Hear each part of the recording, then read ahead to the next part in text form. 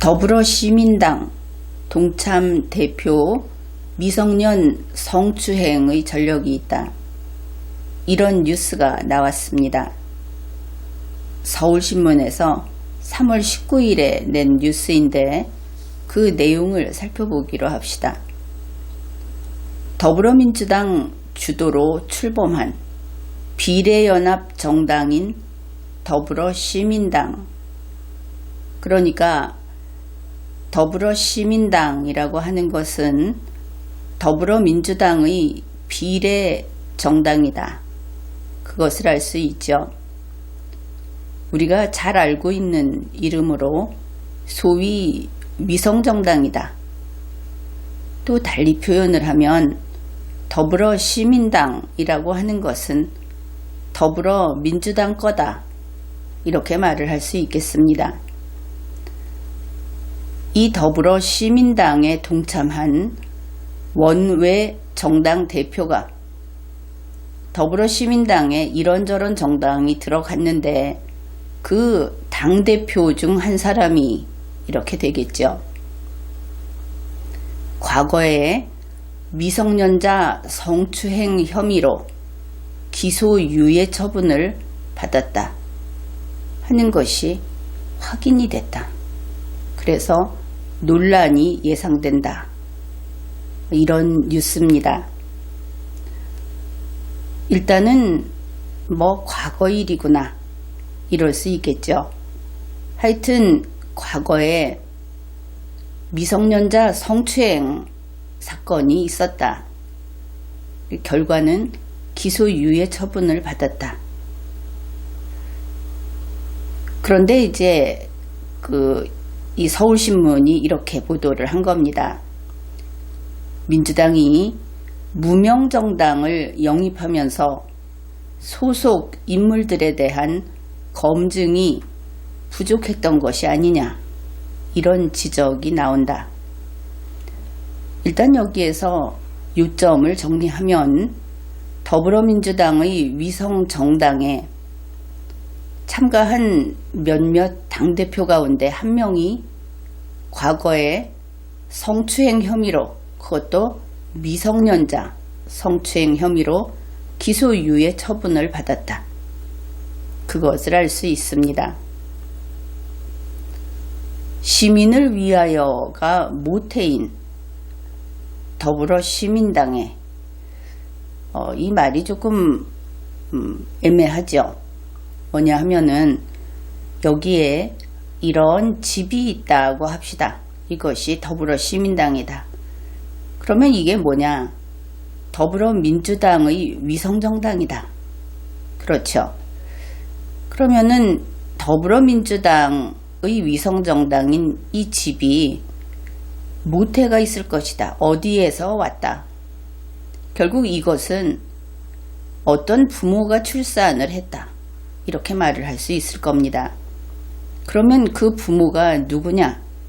지금 언론에 나온 것을 보면 조국, 광우병, 개국본 이런 이름들이 나오고 있다 한 것을 알 수 있습니다. 따라서 시민을 위하여가 모태인 이런 것은 결국 더불어시민당의 그 바탕이 된 것들이 뭐가 있다, 이렇게 보도를 한 것이고, 어떻든 더불어민주당의 위성정당에 참여하기로 한 정당들 이름이 이렇게 나오고 있죠. 민주당, 가자환경당, 가자평화인권당, 기본소득당, 시대전환, 이렇게 5곳이다. 좀 눈에 띄는 것은 가자 이렇게 붙어있는 걸로 봐서 결국은 또 그게 그거 아닌가, 이런 생각도 하게 됩니다. 이 중 지난달 20일 창당한 가자환경당의 권기재 대표, 바로 이 사람이 이번 뉴스의 주인공입니다. 이 사람은 일단 정당의 당대표다. 그것을 알 수 있고, 또 하나는 더불어민주당의 위성정당에 있는 주요 인물이다. 그렇게 봐야 하겠죠. 이 권기재 당대표, 이 사람이 과거에 미성년자 성추행으로 기소유예 처분을 받은 전력이 있다. 앞에서도 한번 봤던 그런 내용입니다. 그런데 이 사람은 노무현 정부 때 청와대 행정관이었다. 그렇다면은 이렇게 책임 있는 공무원이었던 사람이 그랬구나, 이런 생각을 하게 되죠. 권기재 당대표, 더불어민주당의 위성정당의 그 핵심 인물 중 한 명인 이 사람은 봉사단체 간부로 활동하던 2013년 소속 여성회원, 그러니까 봉사단체 회원이 되겠죠. 여성회원 3명을 성추행한 혐의로 고소당했다. 이 중 1명이 미성년자였다. 어떻든 이 뉴스를 보면은 자그만치 여자 3명을 성추행을 했다. 참 이 사람들은 이렇게 문제를 일으켜도 항상 더럽거나 지저분하거나 혐오스러운 그런 걸 한다, 이런 생각을 하게 됩니다. 그래서 봉사하러 온 여자들을 성추행했다. 이제 혐의가 그렇다.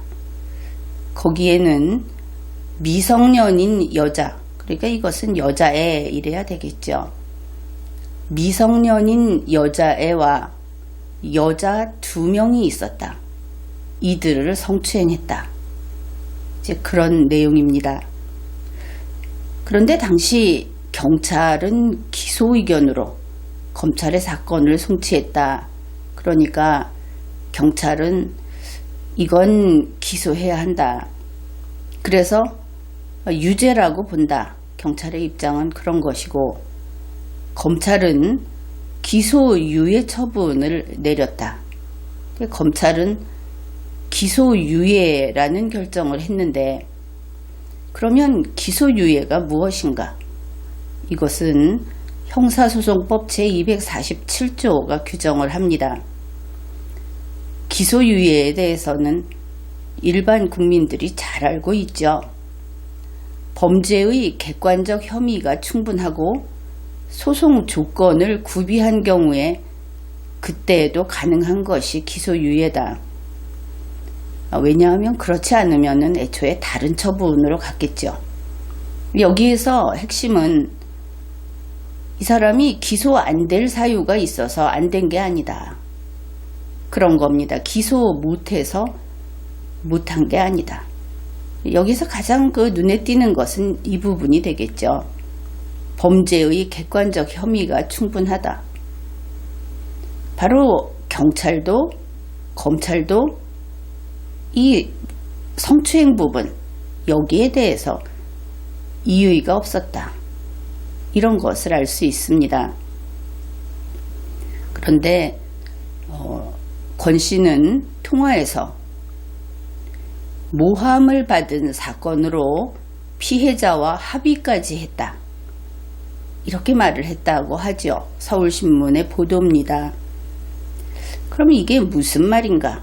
아주 독특한 그런 말인데, 중요한 것은 이게 권기재 당대표 본인의 말이다 하는 겁니다. 그러면 일단 이 사건은 허구가 아니다. 물론 기소유예 처분은 기록이 확인이 가능하죠. 진짜 있었다. 이렇게 되는 것이고, 피해자와 합의까지 했다. 그러면 이 합의는 누가 한 겁니까? 권기재 당대표 측에서 한 것이죠. 내가 합의까지 했다. 이런 말을 했다. 그러면 본인이 합의도 했구나. 이것을 알 수 있습니다. 그래서 이번에 이 뉴스를 보면서 유의할 것은, 혹시 이것을 보고는 그 기소유예 처분이다. 법원 가서 유죄 판결 받은 거 아니다. 이렇게 이야기하는 사람도 있을지 모르겠는데, 이 뉴스의 핵심은 이 사람이 형사범죄로 기소가 됐는가, 그러니까 불기소, 그 중에 기소유예 처분을 받았는가, 그러면 법원에 가서 유죄 판결을 받았는가, 이런 법 절차 얘기가 아니다 하는 겁니다. 기소 여부가 관심이 아니고 이번은 선거, 그리고 또 민주주의에서 아주 중요한 그런 단체 활동을 하는 정당, 그런 이야기이기 때문에 여기에서 중요한 것은 이 사람이 한 성추행이 진짜였다, 아니다 하는 바로 이 부분이 되겠죠. 미성년 여자애와 여성 2명, 여자 2명에게 성추행을 한 것이 진짜였다, 아니다. 그러니까 성추행 행위 여부, 그것이지 이게 기소됐는가 여부가 아니다. 이쪽으로 가게 되면 논점을 흐리는 겁니다. 이것은 관계가 없고, 그러면은 더불어민주당의 위성정당에서 이 당대표, 거기 들어온 당대표 하면은 당연히 핵심 멤버 중에 한 명이죠.